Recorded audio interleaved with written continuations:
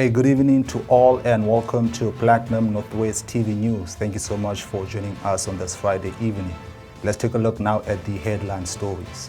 The Northwest Premier Mokgosi has addressed challenges faced by the residents of JB Mark's local municipalities. 2 Johannesburg Metro Police died during a physical assessment. Putin questions Western security guarantees, stating military personnel could be targeted. And in the business news, the South African Union of Students says the National Credit Act amendments will worsen youth unemployment. In the sports news, Rassie stresses the need to believe in key moments to win at Eden Park. We begin with this story. The Northwest Premier Mokgosi has addressed challenges faced by residents of JB Mark's municipalities, Kamogelo Molefi and Boikutsong villages, as well as Tsing and Ikageng townships, which fall under JB Mark's local municipality in Dr. Kenneth Kaunda districts, were the hub of activities this week as the provincial government has started to address service delivery challenges across the local municipality. Leading up to the rollout of Tunza program today at Kamogelo, this week's Accelerated Services Delivery Program was led by Premier Mokgosi Lazarus Mokgosi, who was joined by members of the Executive Council and District Mayor and the local municipality Troika. In a deliberate effort to promote and provide financial support to developing businesses, 2 local entrepreneurs received dummy checks from the Empowerment Fund, and 3 LDP houses were handed over in Tsing Extension 9. This as part of the broader allocation of 147 houses in the region. In a bid to fast-track the issue of title deeds to the rightful beneficiaries, a total of 300 title deeds were distributed across the local municipalities, with 10 being targeted for handing over during a community feedback session at Kamogelo Community Hall. Let's see what has transpired.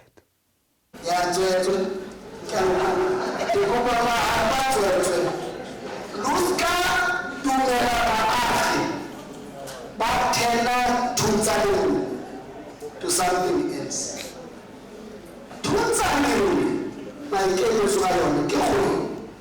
During your preparation DG, before the day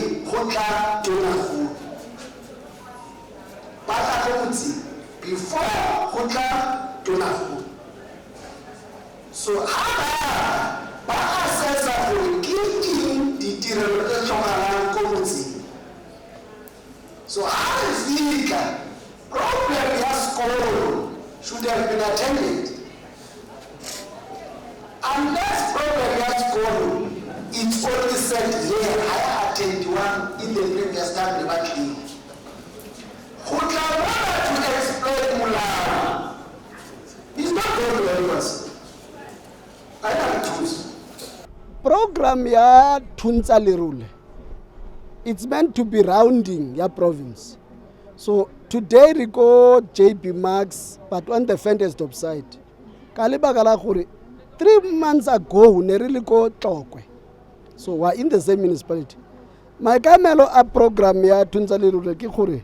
Riska fitla riri, riboni matata. Kikuri, matata riwafilwe. Riberekile. To fix matata enela luona matata alone. So come on, ika momuhopa mariko Ventersdorp as a whole, and unlockile majority of the problems. Watsiba kuri matata a Ventersdorp amangata ki metsi. Ase kuri Ventersdorp haina metsi ki kuri reticulation program ya metsi ya fokola, and limona khona le matata a metsi like baagi ne babua. Mare ba mona ba na le technical problem ya kuri ha una le matata a metsi, una le matata ape a report ya gore area e re ko yona ya Mogopa it's dolomatic. So who investor ko infrastructure ya metsi ka dolomatic area ga go thusi. So ditirelo tsa mona di fokola mo ba na le matata a dolomatic.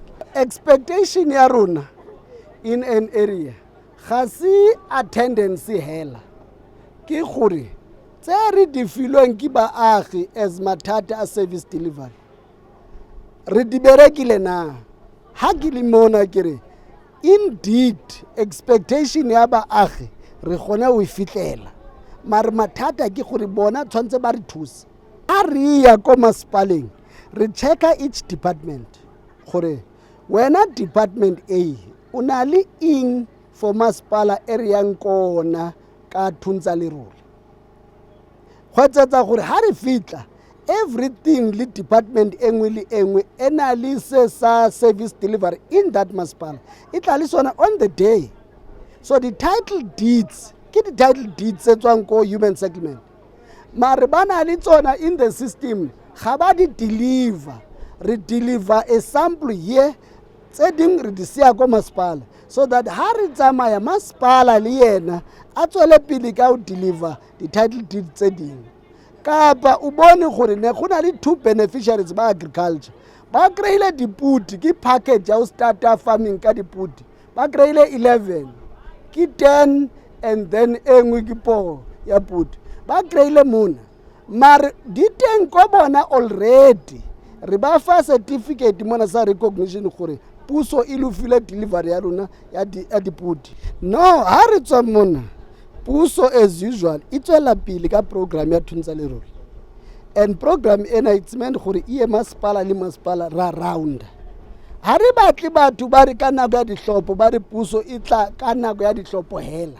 re batla batho ba tsebe gore puso ga se puso ya dihlopo hela ke puso ya gore ha o hlopile tshwantse be o ba hlopileng like ko Northwest iling ANC ba delivere ka lebaka la gore ba file tšhono ya gona pusong ka nako eo so ria masepala le masepala from here re go masepaleng o mong now how it works ke gore ha re tswa mona expectation ke gore masepala wa JP Max o nena le thuntsa lerole next week on another level rona ne re go Ventersdorp bona re expecta gore next week Friday bana le thuntsa lerole ya bona in another level ko masepaleng ba bona ha re ya in the next area re ba kry ba masepala a ile kapa masepala atla moraga ga provincial government that's how it works ke le Nathaniel Dikobe Molefe ke le boga ba puso ba ne ba tle mona ba tle bothuntsa lerole yalo ba tle go bua ka ditlhabologo tša leboga o ka re ba ka se ba tsamela sa ruri ba tla ba tlo re tlhabollela motse ke o makgasao ga pula e nele ke di go tama metsi fela mo mogopa mona ke dintwantwa le ke kopa le ditonta gore ba se ba tlhola go lwaniwa mo mogopa e nne khotso le lerato. We move to the story now where two trainees participating in the Johannesburg Metro Police Department selection training exercises has tragically passed away on two separate occasions. According to the JMPD spokesperson Xolani Fihla, a 24-year-old Michael Nyambi succumbed on the August 29th after experiencing heat exhaustion during a fitness training session. Moreover, a 26-year-old Zweletu Tekete passed away on September 1st. Our reporters share more on the story. In response, President Putin opposed the initiative, warning that any military presence in Ukraine will be considered a legitimate target, even if deployment is not imminent. French President Macron emphasized that any deployment of troops will be intended to prevent future significant escalations and will not occur at the front lines. Ukraine President Zelensky describes the outcomes of Thursday's discussion. Let's take a look now at the international stories. Russia's President Vladimir Putin has declined Western proposal for a reassurance force in Ukraine to be deployed immediately after a ceasefire following a recent Paris summit focused on finalizing security guarantees. French President Emmanuel Macron stated that 26 of Ukraine's allies had formally committed to deploying troops by land, sea, or air to support security measures once hostilities cease. However, he did not specify which countries would be involved. Platinum Northwest TV's reporter shares the insight. Prospect Tato Masekwa has more. Masekwa says the proposal on its own is anti-progressive, anti-poor, anti-middle class, anti to those who come from unwell families, and it seeks further to include the young people who are literally from poor backgrounds from accessing and being active participant of the economy. The Trade, Industry and Competition Department has suggested a provision that will allow credit bureaus to record education-related debts, including student loans. The Youth League rejects this anti-poor and anti-youth proposal with the contempt it deserves. Such a move will tighten the debt trap around young people from working class and black communities who already carry the heaviest burden of exclusion.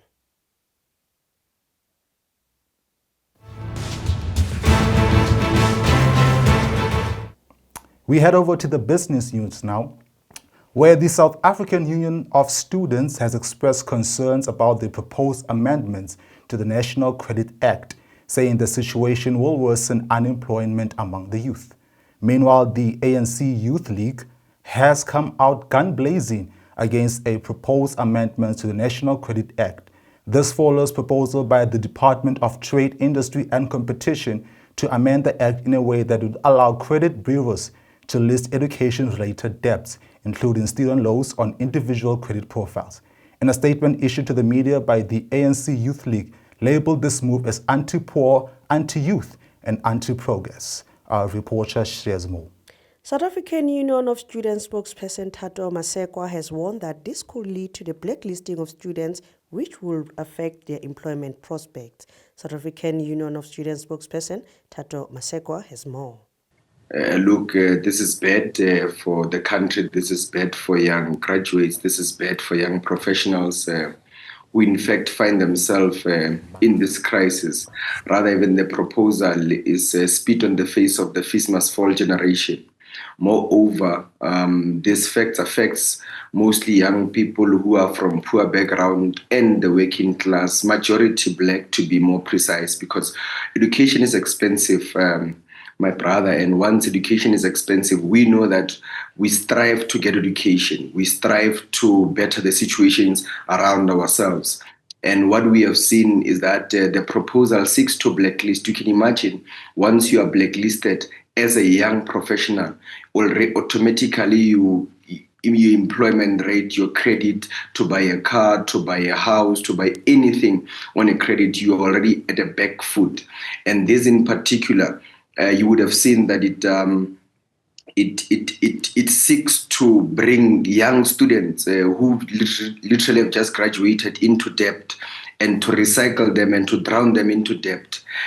We see it as a way that the government is failing on its own duties to at least create meaningful ways, to find ways to scrap the historic debt.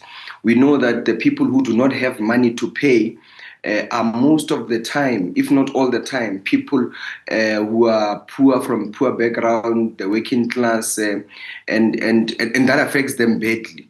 And this, in fact, as the South African Union of Students, we reject it with the content that it has, and it must be reversed without even thinking twice. Look, automatically, once there is no better policy in place that we believe is progressive, that speaks on a student's ability to repay while they do not have money.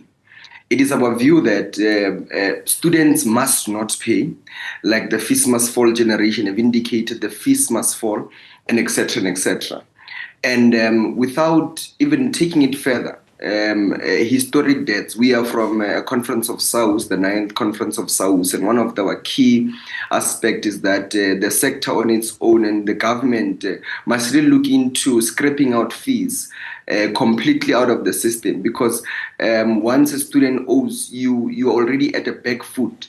And there is nothing glorifying about owing a debt. In fact, we want students, after you graduate, you must start on the same foot as everybody else. Start making your own life seeming. Now, if you're already starting to work, and at the same time you already don't have, you're starting to work, you don't have, on the same level, you're not starting on the same level, you already have a debt of some sort along your neck. This means that you must start paying the debt, starting to set up your life. Yeah. Already we know that the gap between the poor and the rich has already vastly increased, and that has put us at a very disadvantage. and therefore it was our view and our call that debts must not be there for students in particular. This must be an incentive for students to say, if you go to school, we scrape out this debt so that you can actively participate in the economy of the country. And this must be the message preached that we think is best. Not that students must be subjected to repaying of debts, because that we see as a regressive, anti-poor, anti-progressive. And look, it already, you know very well that the dropout rate is very high, and most of the time is based on access. That speaks to access, meaning financial exclusion, which is the core fundamental problem in as far as dropouts is concerned. Once you put this in place, you make the youth of the country and students in particular to lose hope in education, and therefore it can vastly increase the dropout rates in the country and affect the students in general very negatively. Therefore, that's why we are calling for the immediate withdrawal of this proposal. That's why we in fact reject it.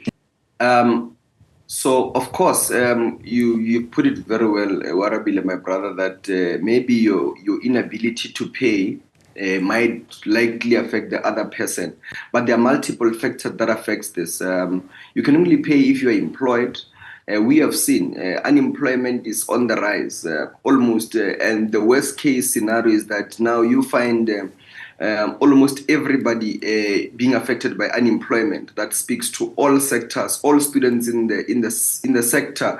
Basically, no one is safe from unemployment, and you cannot pay if you're unemployed, right? And these guys keep on looking for money, even from people who are not paid. When you look at that, it already is a shift of responsibility from the government. But without any looking like we also are on the table to bring out solution. One of the solutions that must be thought about is that maybe you know how if you are to, when you finished your degree, the government should be in position to create an employment opportunity for you. Maybe that's one of the ways that could be looked at. But you are left alone. You have taken a loan. You have got a degree, but you don't have employment. You get employment for 3 months, and after that you are retrenched or something else happens. Companies are closing down. The economy is bad. There's nothing good happening in as far as opportunities for young people are the case, and that of course has an impact on the inability to pay for young people.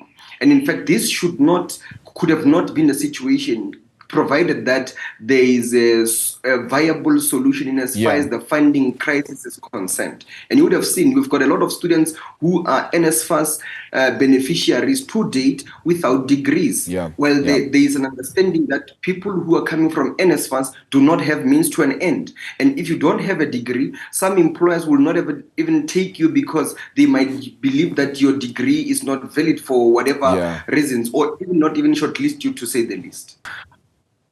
So what we do is that as a union of students, we work with SRCs across the country. So the only way we work is we lobby SRCs to join the call, to withdraw, and of course bring a solution on the table, and then we take it from there. But without even thinking twice, the proposed amendment must be rejected, must be withdrawn with immediate effect. Minister Pakstau must reconsider this and withdraw that with immediate effect, and consult the youth, progressive youth in the country, who can offer the best solution around this than to want to criminalize education. That's all in the business news. Let's wrap it up now with the sports news. First in the sports news, the Springbok coach Rassie noted that the competition between the two top-ranked teams is incredibly close, with only marginal differences likely to determine the outcome. The Springboks selected a consistent lineup to compete against the All Blacks, recognizing that although they have several significant matches this season, this encounter presents the most important game of the year for both teams. Erasmus stated that although the significance of Eden Park and the All Blacks' 50-test undefeated streak, they have garnered considerable media attention, so the South African team finds the stake of All Blacks test match to be equally motivating. The team's determination to secure victory remains strong and consistent, underscoring the intense level of competition between the two sides. More with the sports news now. The American athlete Anisimova achieved a notable comeback to advance to her second consecutive Grand Slam final. The 24-year-old, who struggled last year during the Wimbledon final in July, defeated a four-time Grand winner Naomi Osaka of Japan in the semifinals at the US Open in New York. Seeded 8th, Anisimova scored a 6-7, 7-6 and 6-3 victory and will face defending champion and world number 1 Aryna Sabalenka in the final. Sabalenka defeated American 4th seed Jessica Pelugana with scores of 4-6, 6-3, 6-4 and will compete in Saturday's final with aspirations for her Grand Slam title at the second Flushing Netherlands. This is where we wrap it up for tonight. We'll be back again on Monday. Until then, take care and goodbye.